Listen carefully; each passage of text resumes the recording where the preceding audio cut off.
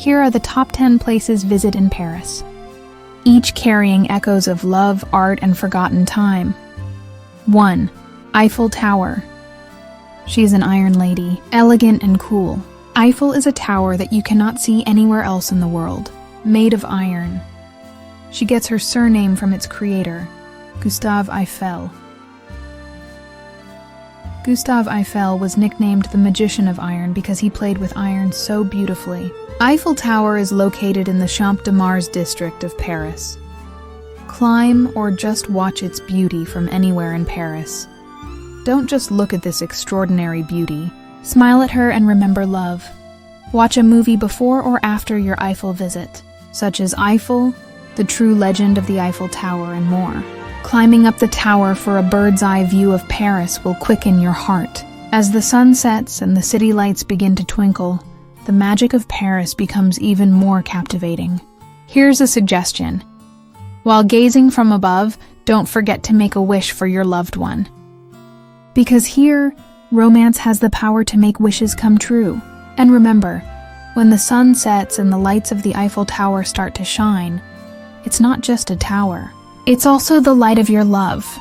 2. The Notre Dame Cathedral. The most famous medieval Gothic cathedral, grand, ornate, and dedicated to the Virgin Mary.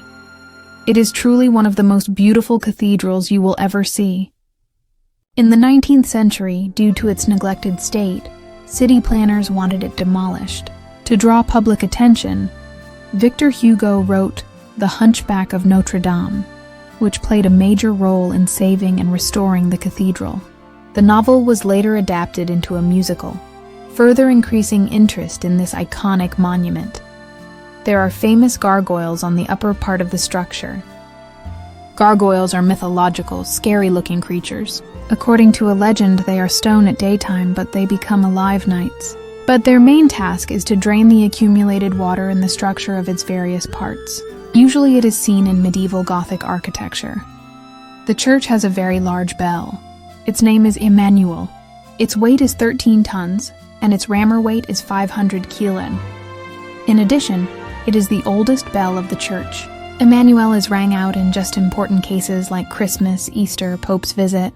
Emmanuel's sound is still accepted the most beautiful sound of instruments by several musicians, musicologists, and bell ringers in Europe. Emmanuel has a special place in the heart of Parisians. Do you know why? It was rung to announce the liberation of Paris from Nazi occupation in 1944. But Notre Dame isn't just about its stunning architecture. It's also steeped in romance. Legend has it that if you kiss under the arches of the cathedral, your love will be everlasting. So why not take a moment to lean in and share a kiss? It's a perfect way to make a memory that will last a lifetime. Before or after visiting this cathedral, watch the musical of same name and read the book of Victor Hugo. 3. Louvre Museum. Louvre was a palace before. It was turned to a museum in 1793. It is one of the largest museums in the world. It contains many magical works of paintings, sculptures, design, Eastern art, Egyptian and Greek art. The Louvre houses over 35,000 artworks, from the mysterious smile of the Mona Lisa to the elegant beauty of Venus de Milo. There are 4 pyramids in Louvre's garden. 3 of them are little, and 1 is big one. The big one is the main entrance of the museum also. This pyramid was built for the request of the former French president François Mitterrand. Some people were against of this pyramid's construction, because they thought this modern, futuristic thing didn't match to classic style of the Louvre. However, this contrast have been excellent, and a postmodern style was created. You can remember this place from the book and the movie of Da Vinci's Code. This amazing pyramid, 20.6 meter high, will give you great photo frames. And of course, Mona Lisa. Louvre contains genius Leonardo da Vinci's magnum opus, Amazing Mona Lisa. Visit this magnificent museum to see her smile up close and to meet countless other masterpieces. Exploring it fully could take months.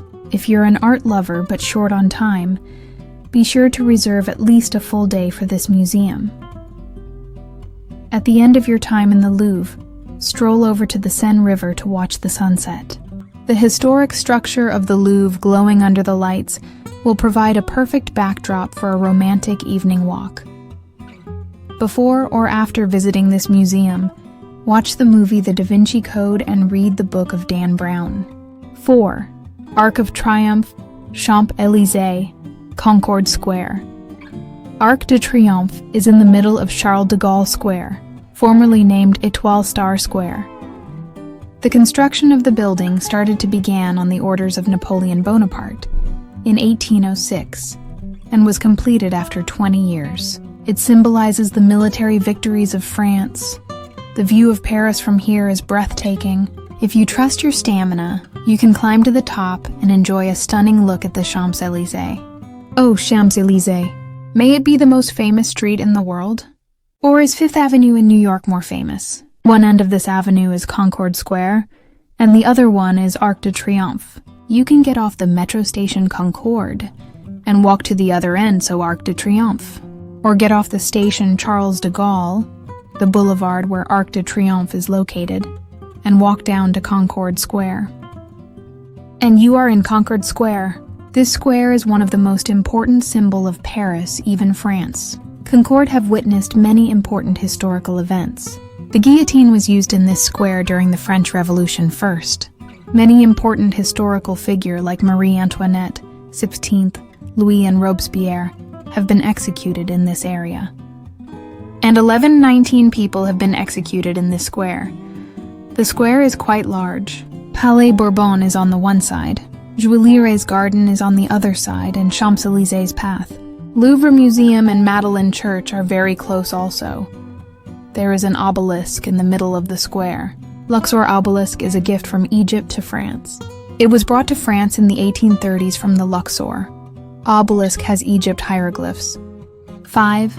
Montmartre, Sacré-Cœur, the Basilica of the Sacred Heart in Paris, Montmartre.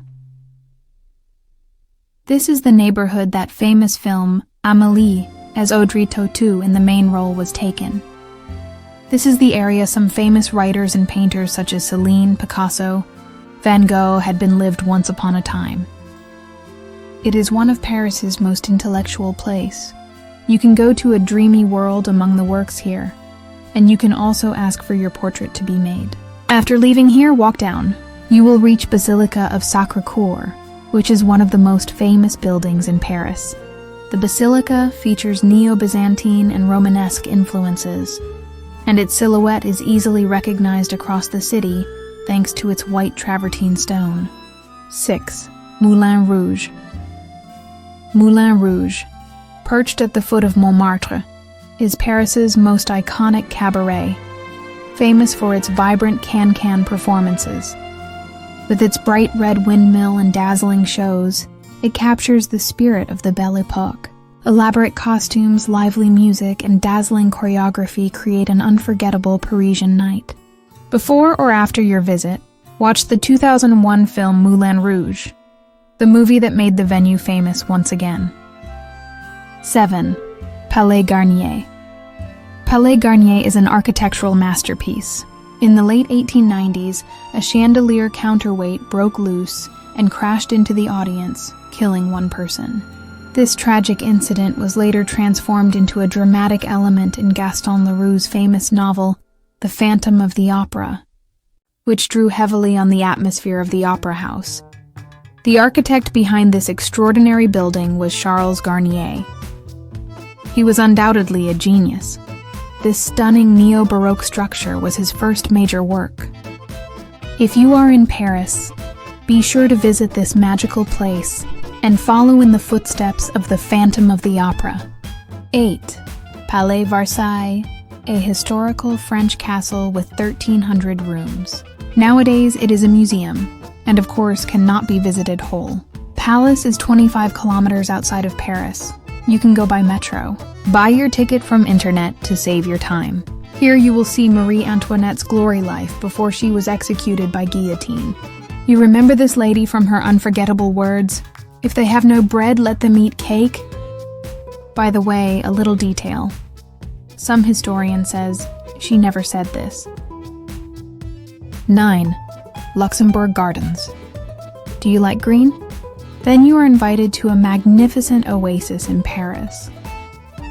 This open park was designed by Maria de Medici and was inspired by the famous Boboli Gardens.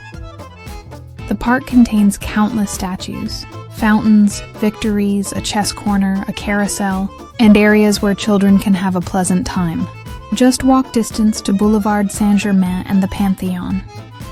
The garden is also mentioned in Victor Hugo's famous novel, Les Miserables. It has also found its place in the novels of important writers such as William Faulkner and André Gide. Grab your croissant and coffee, or maybe a baguette and some cheese and fruit. Speak with the pigeons, rest your soul, and surrender yourself to this green calm. 10. Saint-Germain District.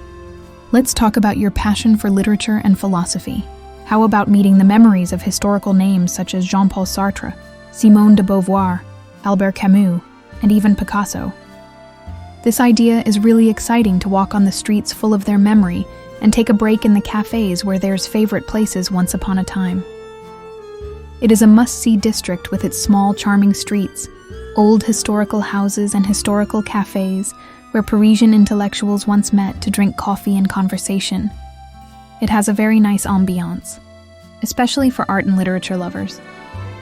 Visit bookstores, smell old books, sit down at the historic literary cafe, Café de Flore. If you can't find a seat, try your luck at Les Deux Magots, right next to it. This is the cafe where Picasso met Dora Maar. Watch the Parisians passing by while sipping your coffee. If you have time, visit the house of the famous French actor and singer Serge Gainsbourg and remember them by singing Je t'aime with Jane Birkin.